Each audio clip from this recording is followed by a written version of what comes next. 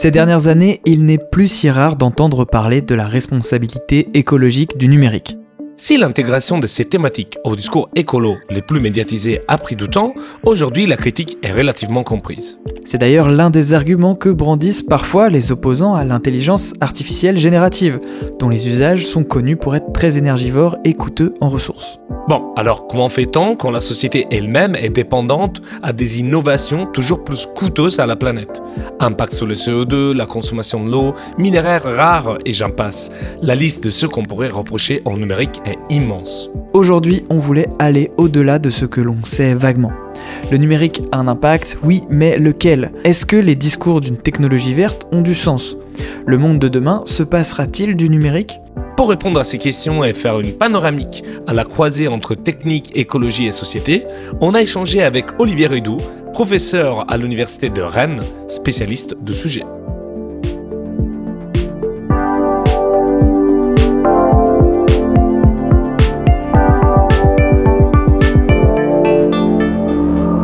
Ok, je lance Azerty. Le numérique, l'informatique, ce sont des industries. On produit en masse tout un tas d'objets qui eux-mêmes ont demandé tout un tas de micro-composants qui voyagent beaucoup pour être assemblés, pour faire des objets le plus souvent difficiles à recycler. Ces objets vont être diffusés de manière massive. L'exemple le plus évident est celui du smartphone. Ensuite, pour que le réseau tourne et que ces appareils puissent fonctionner entre eux, on a également besoin de sites industriels comme les data centers, demandeurs en eau, mais aussi d'infrastructures importantes comme les câbles sous-marins qui impactent la faune et la flore. Bref, quand on dresse un panorama de cette manière, on voit bien le problème. Mais pour Olivier Ridoux, ces exemples ne constituent pas une spécificité de l'industrie numérique. Et finalement, le transport, avec la fabrication de voitures, la construction d'autoroutes, d'aéroports, a des travers comparables et on pourrait s'amuser à dénoncer tout un tas d'industries, mais c'est pas le but de l'émission. Alors, pour commencer vraiment à entrer dans le sujet, j'avais quand même envie de savoir si pour notre invité, le numérique avait quelque chose de spécial, quelque chose de différent dans sa façon d'impacter la planète.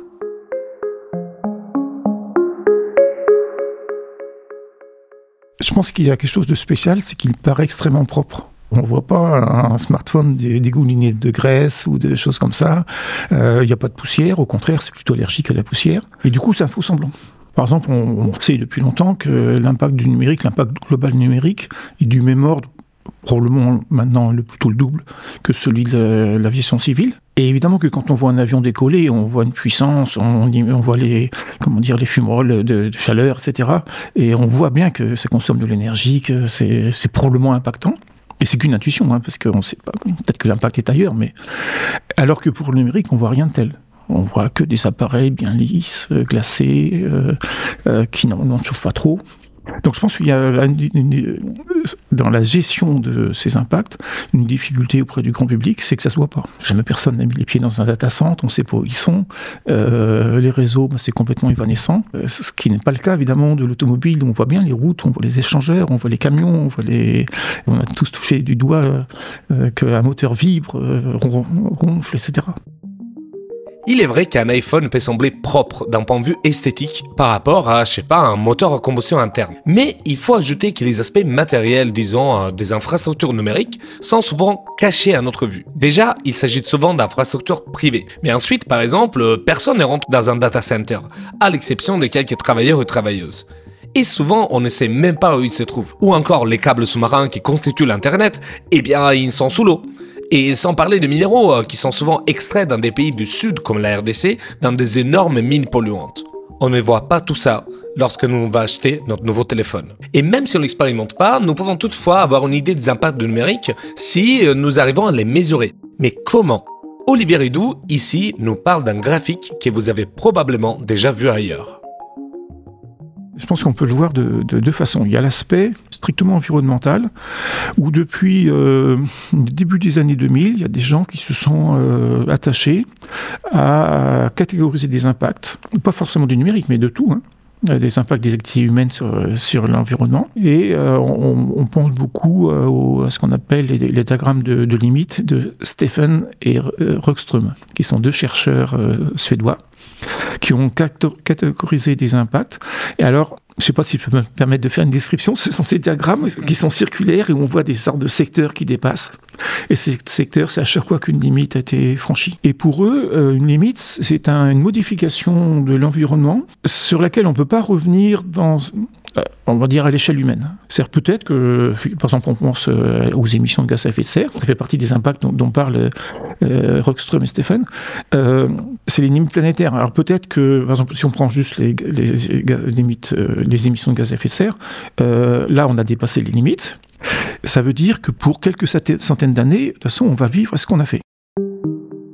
Ce dont nous parle notre invité, ce sont donc les limites planétaires, un concept largement reconnu par la communauté scientifique internationale. On a donc 9 limites planétaires qui représentent des seuils à ne pas dépasser si l'on ne veut pas en subir les conséquences. Franchir une ou plusieurs de ces limites augmente fortement le risque de déstabiliser les systèmes naturels planétaires.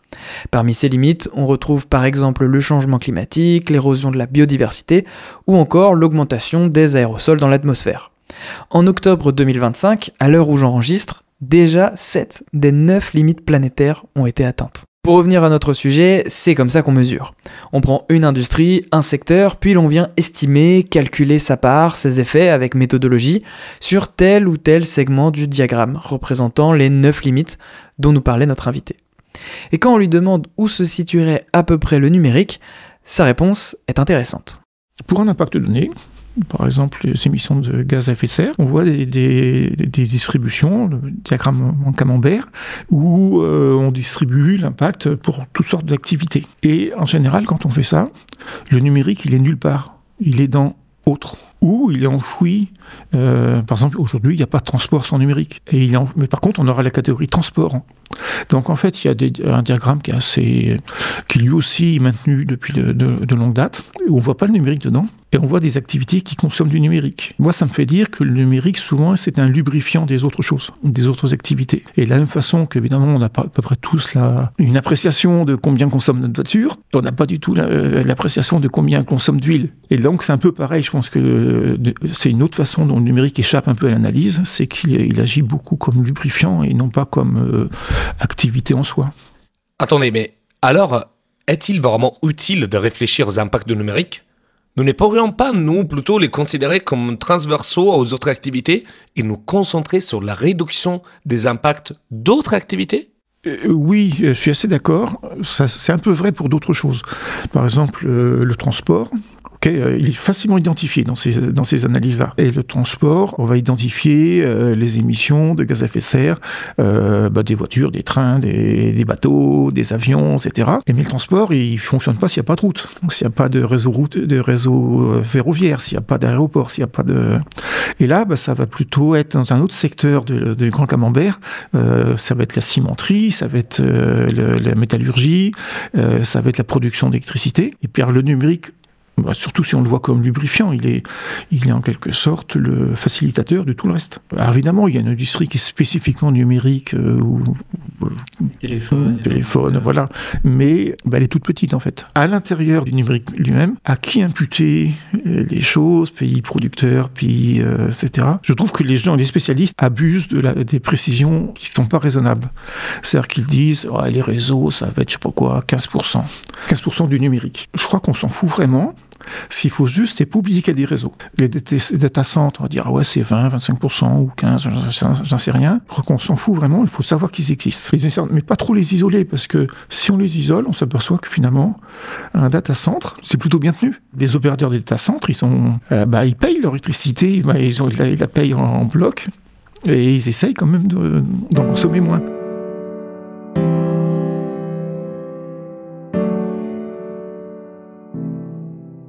Eh oui, c'est vrai. Si on considère à l'échelle mondiale uniquement l'optimisation des data centers en termes de consommation, il est vrai que ce sont des structures ultra optimisées.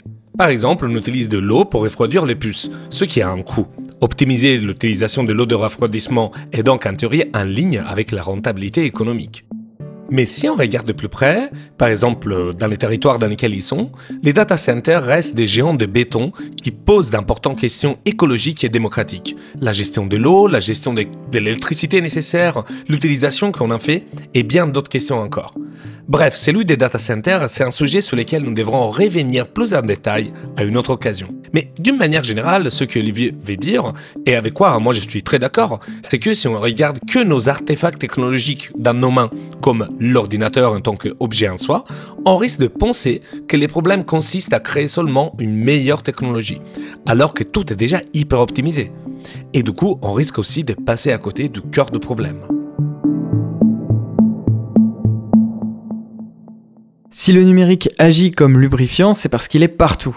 Beaucoup de ce qu'on utilise au quotidien n'avait pas nécessairement besoin d'accueillir de l'informatique. Est-ce que les voitures, la cuisine, le sport avaient besoin d'avoir leur part de numérique ? En tout cas, c'est un peu tard pour se poser la question. On y est. La société actuelle est déjà dépendante. Partant de ce constat, certains imaginent des pistes possibles à travers un numérique durable et moins impactant. On parle alors de Green IT. Il faut dire que les contours du Green IT sont quand même plutôt flous et on peut trouver une pluralité de discours qui se revendiquent d'un numérique responsable et qui ne sont pas pour autant exempts de critiques.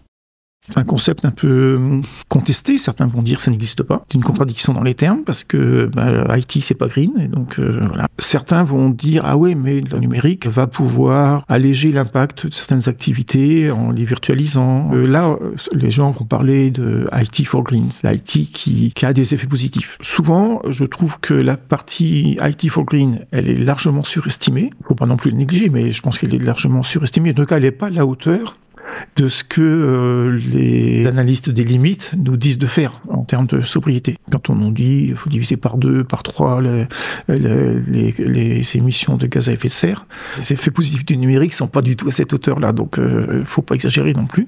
Souvent dans IT for Green, dans la greenification de IT, on est plus dans un esprit de faire autant mais mieux, et à nouveau c'est pas à la hauteur. Dans bien des cas, il faudrait arriver à faire moins.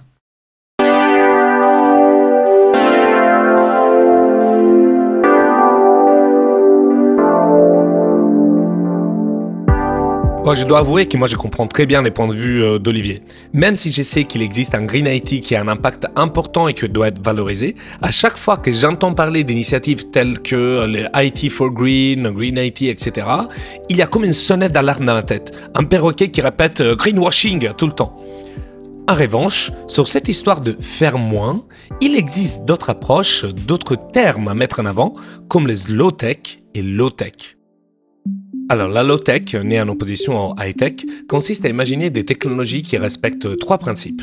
Utiles, c'est-à-dire qui répondent à des besoins de vie quotidienne. Accessibles, qui peuvent par exemple être réparées sur place et comprises par toute personne qui veut s'intéresser. Et durables, recyclables, réparables et à faible impact écologique. Un chauffe-eau solaire pour prendre une douche ou un skateboard pour se déplacer en ville. Dans une approche low-tech, en revanche, on pense à des technologies qui utilisent essentiellement de la low-tech, mais qui, lorsque c'est vraiment nécessaire, font recours à de la high-tech. Par exemple, pourquoi payer un ticket de bus ou louer un vélo avec une application ou un QR code si on peut faire tout cela par SMS ou avec une carte adhérente au service? Et voyons ce que Olivier pense de ces 2 approches. La low-tech et slow-tech, je trouve, sont pas assez présentes dans les réflexions Green IT. Parce que justement, on est encore trop souvent, je trouve, dans cette idée de faire mieux, mais la même chose. Alors qu'avec low-tech et slow-tech, on est quand même dans l'idée de faire autrement. Vraiment, de pas chercher à avoir la même chose. Par ailleurs, je trouve que souvent ces réflexions-là sont trop techniques. Elles sont trop exclusivement techniques et il faudrait les assaisonner de pas mal d'économie et sans doute de sociologie. Donc, je prends un exemple. Si on se dit, OK, on va s'entendre pour que nos PC soient conservés, utilisés pendant 10 ans, mettons. On fixe une limite assez loin. Donc, c'est pas mal, mais c'est évident que les fabricants de PC vont pas retrouver leur petit. Va se produire quoi? Ce qui s'est déjà produit dans d'autres cas. Soit le prix du PC va enchérir, va augmenter, et du coup, on va trouver un autre équilibre économique. C'est assez nouveau qu'on ait chacun notre PC. Et il n'y a pas de raison que ce soit comme ça. Ça pourrait rester un objet plutôt domestique. Un PC par foyer, voire un objet professionnel. Là, il s'est créé une nouvelle norme qui est super récente, qui a 20 ans. D'avoir chacun son PC. C'est toujours cette idée de faire de ne pas toucher, de faire comme maintenant, mais autrement. Et je pense qu'on va être forcé un jour ou l'autre de faire quelque chose de franchement différent et probablement moins tech.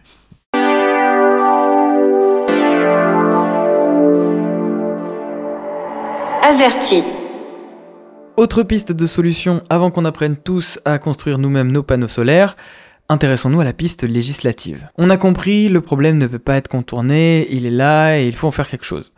Du coup, on peut se dire que la loi peut être un outil pour faire mieux, ou en tout cas agir sur les dégâts causés par l'industrie numérique sur l'environnement. Perso, j'ai l'impression que très souvent, les lois en lien avec l'environnement et le numérique sont, pour le dire gentiment, elles sont timides. Disons-le, c'est même fortement critiqué la plupart du temps. Quand il s'agit d'environnement, les lois structurelles importantes sont plutôt rares. J'ai même l'impression qu'on est plus souvent confronté à la loi du petit geste qu'à de réelles avancées. Je partage cette pensée à Olivier Ridoux et à mon grand étonnement, s'il reste critique, il n'est pas autant que moi. Alors, il y a évidemment la réglementation des petits gestes, mais qui peut quand même faire un peu d'effet, mais ça sera toujours des epsilon, des portions très très petites de l'effort à faire. Il y a des réglementations, on va dire, plus structurantes. Je pense par exemple aux réglementations sur la gestion des déchets. Historiquement, c'est une directive européenne qui a dégouliné dans tous les États membres, mais qui a été tellement en avance de phase qu'elle est maintenant reprise dans ses principes dans plein d'autres pays hors de l'Europe. Alors, il ne faut pas rêver, c'est énormément de déchets numériques qui ne sont pas retraités, et quand on dit retraités, recyclés, c'est très abusif. On va extraire certains minéraux qui sont à la fois précieux et faciles d'accès, mais il y a plein de minéraux qui sont tellement enfouis tellement dilués dans les circuits que de toute façon, on ne va jamais les récupérer. Cette directive, elle a des aspects assez courageux. Elle défend, c'était vraiment écrit dedans, la responsabilité du producteur. Alors évidemment, elle ne procède pas par retour à l'envoyeur, mais c'est vraiment une responsabilité du producteur qui doit, en quelque sorte, subventionner des opérateurs du recyclage. Donc c'est un cas où il faut de la réglementation, il me semble. Mais c'est sûr qu'il y a de la réglementation des petits gestes qui ne va pas servir à grand-chose. Souvent, moi j'oppose la sobriété au sens de l'hygiène. C'est-à-dire pas manger trop parce que sinon on se rend malade. Et puis il y a la sobriété où on se dit ok, il faut vraiment moins manger. Et là les écouteurs, les chargeurs et tout ça, c'est ok, pas manger trop, manger proprement, se laver les mains avant de manger, c'est de l'hygiène en fait. Mais on est loin de faire des grands effets comme ça. Les questions écologiques nous confrontent à la finitude de notre monde. Des limites entendues comme limites physiques, comme la quantité des minéraux que nous pouvons extraire. Une fois épuisés, plus de puces électroniques. Pourtant, le numérique n'est pas la première activité humaine à avoir dû faire face à des limites structurelles. Et si le numérique, pour comprendre comment changer structurellement, s'inspirait d'autres secteurs qui travaillent déjà depuis des décennies dans des limites strictes? C'est là que Olivier a récemment publié un article scientifique surprenant. Dans son article ICT Within Limits Compared with Fisheries Within Limits, les TIC, Tech de l'information et de la communication dans les limites par rapport à la pêche dans les limites, Olivier Ridoux se demande si l'informatique ne devrait pas s'inspirer de la pêche. Oui, vous avez bien entendu, un numérique qui s'inspire dans les règles de la pêche. Alors là, avec Alex, nous avons vraiment besoin de mieux comprendre de quoi il s'agit de cette histoire. Pourquoi je fais ce travail-là?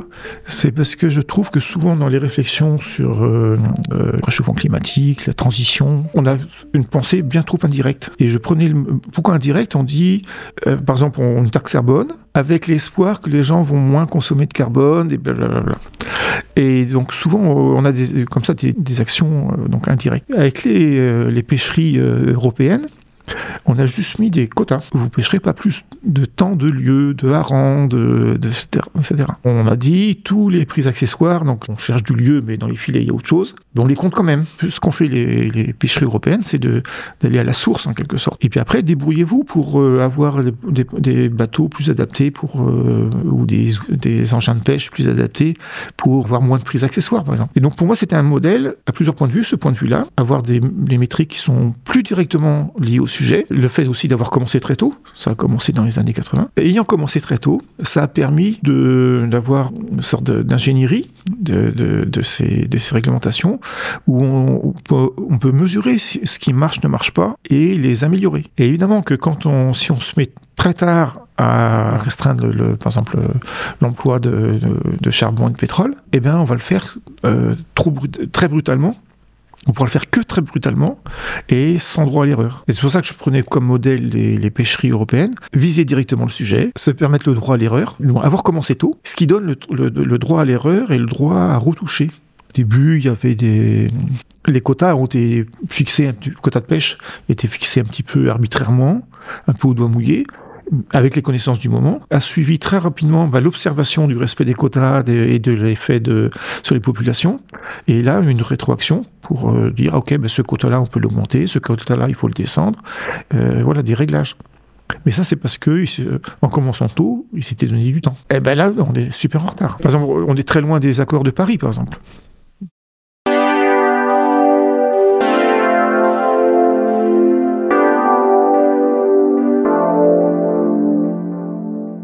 Bon, en parlant à Olivier, on a compris que le numérique avait un impact non négligeable et qu'il agissait comme lubrifiant des autres activités. On a vu des pistes d'alternatives, des limites du pouvoir législatif, mais on doit quand même parler de ceux qui portent un espoir. Dans Azerty, on se moque parfois de la pensée technosolutionniste, mais dans un monde où les catastrophes climatiques se démultiplient, est-ce une bonne idée de se passer de solutions prédictives d'IA, qui peut-être seront demain si un tsunami va envahir telle ou telle partie du globe? Je grossis le trait, mais on en a déjà discuté de ça avec Thomas Corpetti, un scientifique qui utilise l'IA générative et des satellites pour comprendre le climat. Alors la question se pose, est-ce que les technologies informatiques peuvent prendre une place dans la lutte contre le réchauffement climatique, par exemple ? Je pense qu'il faut conserver une vision, on va dire, planétaire et globale.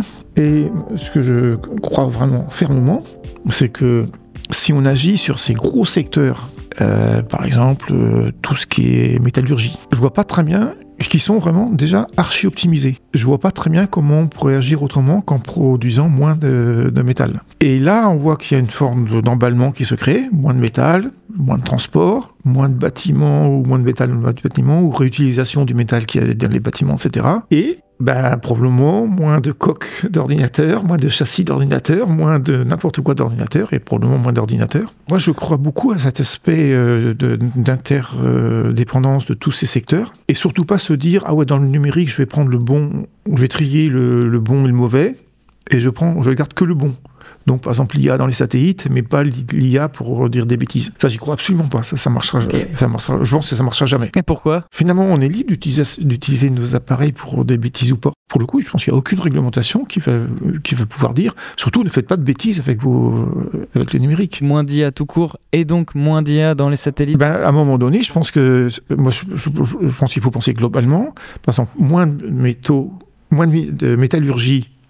Et à un moment donné, ça veut dire qu'il faut faire des arbitrages. C'est une sorte de rationnement. Alors c'est quoi ? Moins de quoi en fait ? Moins d'avions, moins de voitures, moins de trains. Mais ça va très très loin. Souvent c'est un peu cynique, mais je dis moins de voitures, c'est moins d'ambulances.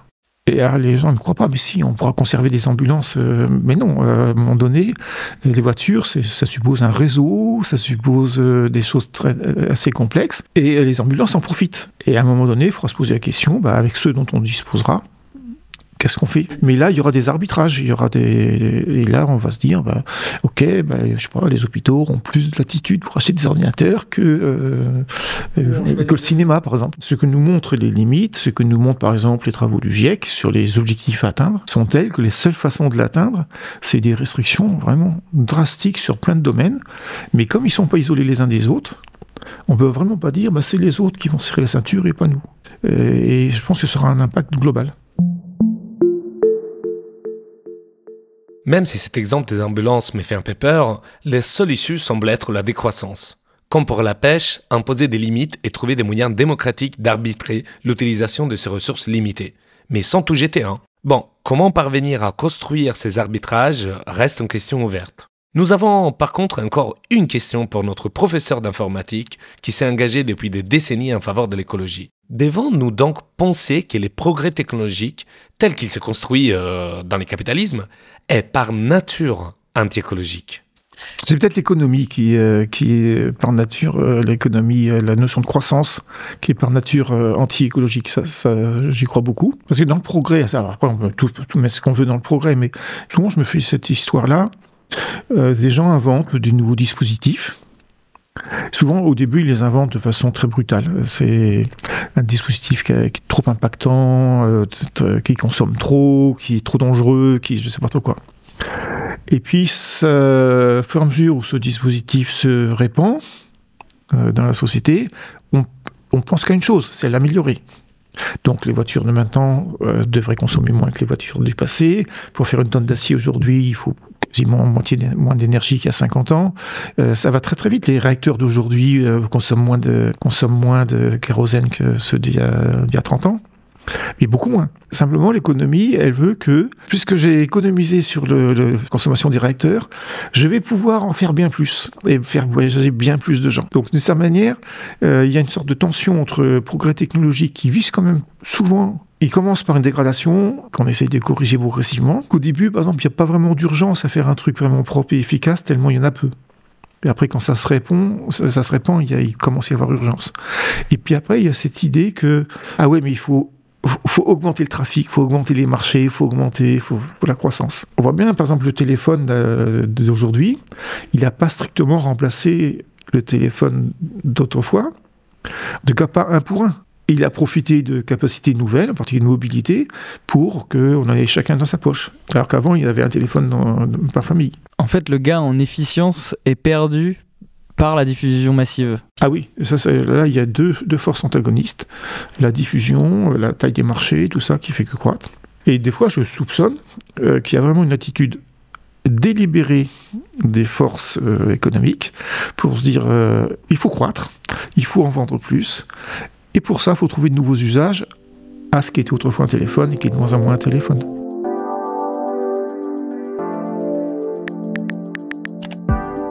C'est déjà la fin de cet épisode d'Azerty. Merci à Olivier Ridou, professeur à l'Université de Rennes, d'avoir pris le temps de répondre à nos questions. Numérique et écologie, c'est un sujet que notre invité a longuement étudié, mais aussi enseigné. Et quand on a discuté avec lui, il nous a partagé des petites brochures de vulgarisation sur les limites planétaires ou encore sur le recyclage qu'il a lui-même écrit. Si ça vous intéresse, on vous renvoie sur HAL, H-A-L, vous cherchez Olivier Ridou et vous trouverez tout de suite. Sur ce sujet, on voulait également vous partager un super podcast de Mathilde Saliou, une journaliste qu'on avait reçue sur Azerty. Ça s'appelle Écosystème et c'est sur Next. Là aussi, ce sera en description. Merci de nous avoir écoutés. Si cet épisode vous a plu, on vous invite à suivre Azerty comme les 6 premières lettres de clavier sur les applications des podcasts. Vous y trouverez des versions un peu plus longues de nos émissions ou des bonus. N'hésitez pas aussi à nous laisser des étoiles ou des commentaires, ça aide toujours. À bientôt sur le net.